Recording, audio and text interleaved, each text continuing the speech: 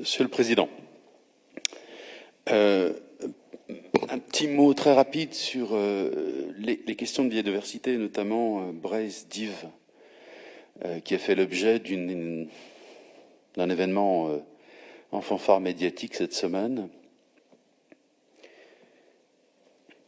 Si vous aviez voulu ne pas en faire un événement politique et partisan, vous auriez invité les élus engagés dans ce domaine-là, y compris à l'Agence bretonne de la biodiversité.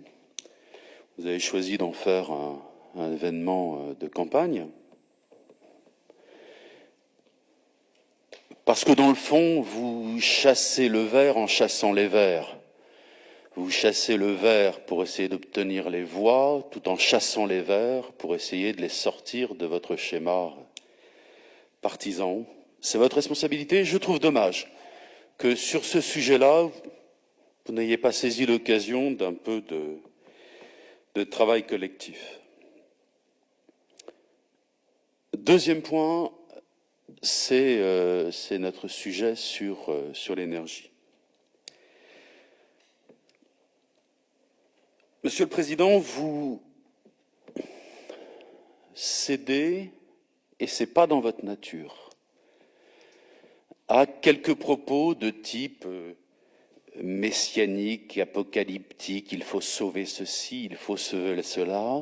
Moi, je vous appelle à ce qui me semble être notre patrimoine commun, qui est l'exercice de la raison.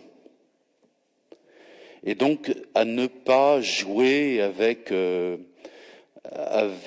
côté collapse, avec ce côté à faire peur. Et une nouvelle fois, je suis convaincu que ce n'est pas dans votre nature. Sur les éoliennes. Alors, ce qui est singulier avec le Rassemblement national, c'est qu'ils aiment être seuls. Comme si être seul, c'était avoir raison. À mon avis, c'est plus de la psychologie que de la politique. Mais bon.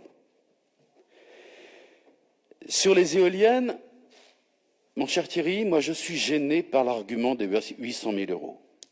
J'ai tenu un propos en juillet,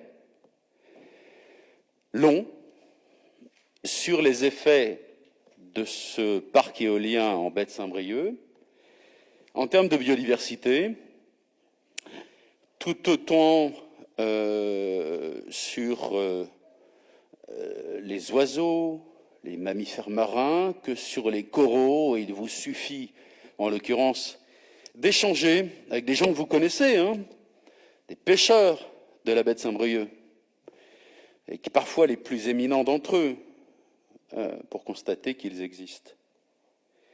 Mais alors franchement, l'argument des 800 000 € de taxes dont on pourrait bénéficier, moi, ça me laisse pantois.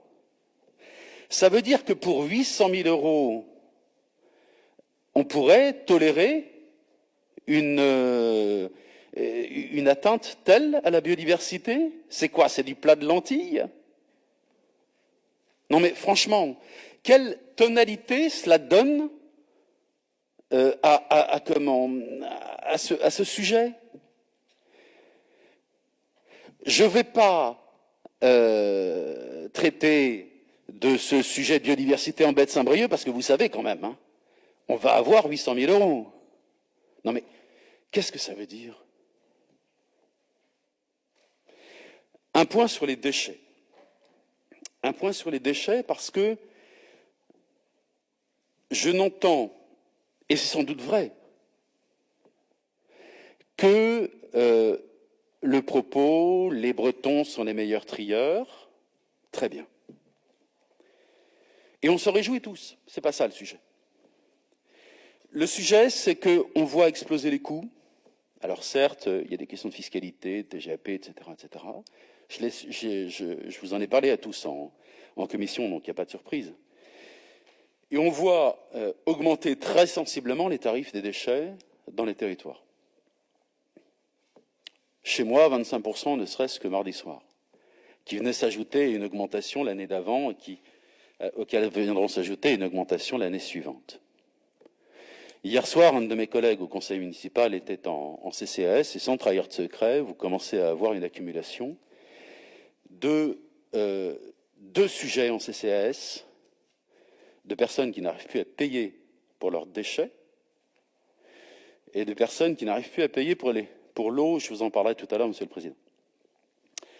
De personnes qui n'arrivent plus à payer pour leurs déchets parce que l'augmentation chez moi, elle représente grosso modo 2 mois de l'évolution du SMIC cette année. Le SMIC va évoluer grosso modo de 15 € par mois. Et il y a 2 premiers mois, hop, qui partent dans l'augmentation du coût des déchets. Ça va devenir un sujet. Donc, équilibrons notre propos entre la satisfaction de bien trier et le coût réel qui pèse sur les ménages. Pour revenir sur les tarifs de l'eau, Monsieur le Président, là, vous nous annoncez une nouvelle taxe. C'est ce que j'ai entendu, hein. On augmente tous les tarifs de l'eau dans la communauté de communes. Et une nouvelle fois, au CCAS, ce sont ces tarifs-là, c'est avec ces dettes-là qu'arrive une partie de nos concitoyens. Donc, ça veut dire que cette taxe va venir s'ajouter aux hausses déjà en cours. Moi, je comprends et je me réjouis de pouvoir boire l'eau du robinet. Je comprends que pour construire, on en parlera cet après-midi, il faille avoir des réseaux d'eau et d'assainissement qui soient opérationnels. Mais une nouvelle fois, attention au portefeuille de nos concitoyens, portefeuille qui franchement a pris des coûts importants cette année. Alors vous allez crier à la démagogie, la démagogie, je veux dire, quand on commence à compter sérieusement, pour les ménages, notamment les plus modestes, ça commence à poser des questions. J'ai envie de vous dire quelquefois, redevenez socialiste, quoi. Le 19 novembre dernier, Madame Pompili, ministre de la Transition écologique, donc avait ses propos polémiques en évoquant un risque de coupure d'électricité. Et, cher André, nous allons évoquer le sujet.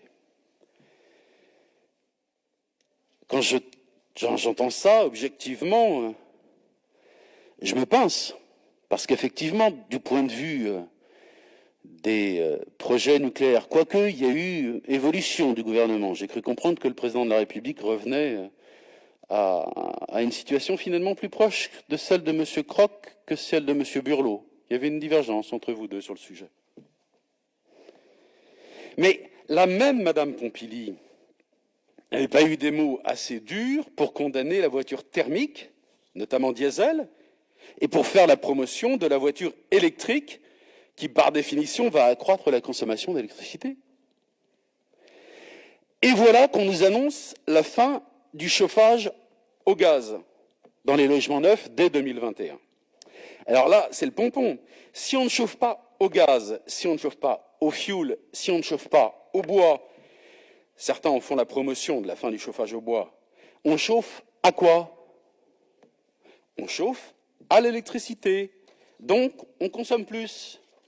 Bon, M. Ramard va évidemment me dire, on ne chauffe pas. Alors ne souriez pas, quand il le dit, il pense aux maisons passives, voire positives. Mais ignorant parfois que les surcoûts induits éloignent de la propriété une partie supplémentaire de nos concitoyens. Au même moment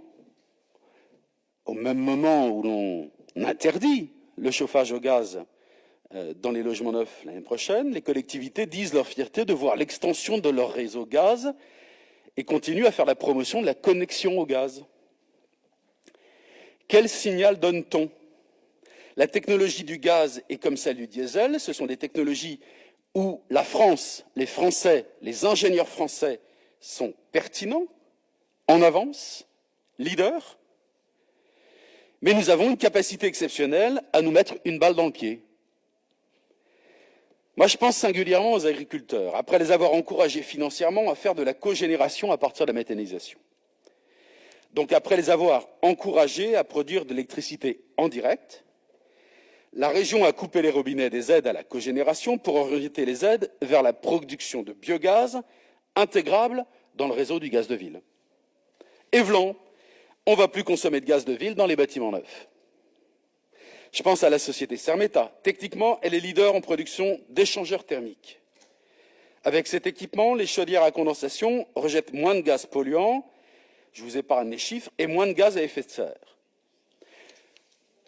Nous sommes bons technologiquement, mais nous préférons l'idéologie. C'est comme pour le diesel, la technologie AdBlue permet de réduire les émissions notamment d'oxyde d'azote. Nous sommes bons technologiquement, mais nous préférons l'idéologie. À ce train, allons-nous faire la centrale gaz de Landivisiau? La centrale gaz, parlons-en, c'est le troisième point du fameux triskel électrique breton. Que devait-on faire? 1. Des économies d'énergie et la fluidification du réseau par un maillage plus serré.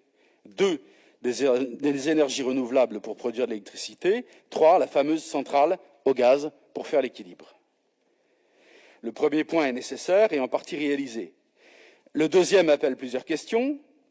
Pourquoi cesser d'aider la cogénération à partir de méthanisation alors qu'ils produisent de l'électricité? Alors certes, la mode est à l'hydrogène, André nous en a reparlé. Moi, je n'ai pas d'opposition de principe, mais j'ai quelques questions.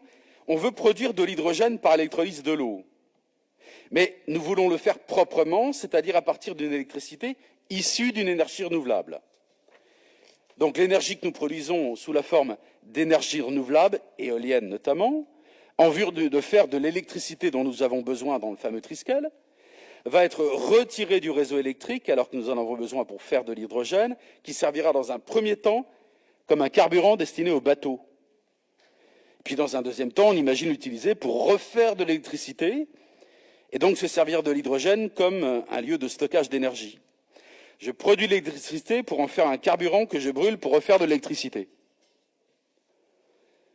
J'ai rien contre l'expérimentation, même à grande échelle, mais mes questions ne sont pas complètement absurdes. Moi, je crains que la technologie de l'hydrogène propre n'ait pour objet que de pallier les défauts de la production d'énergie éolienne.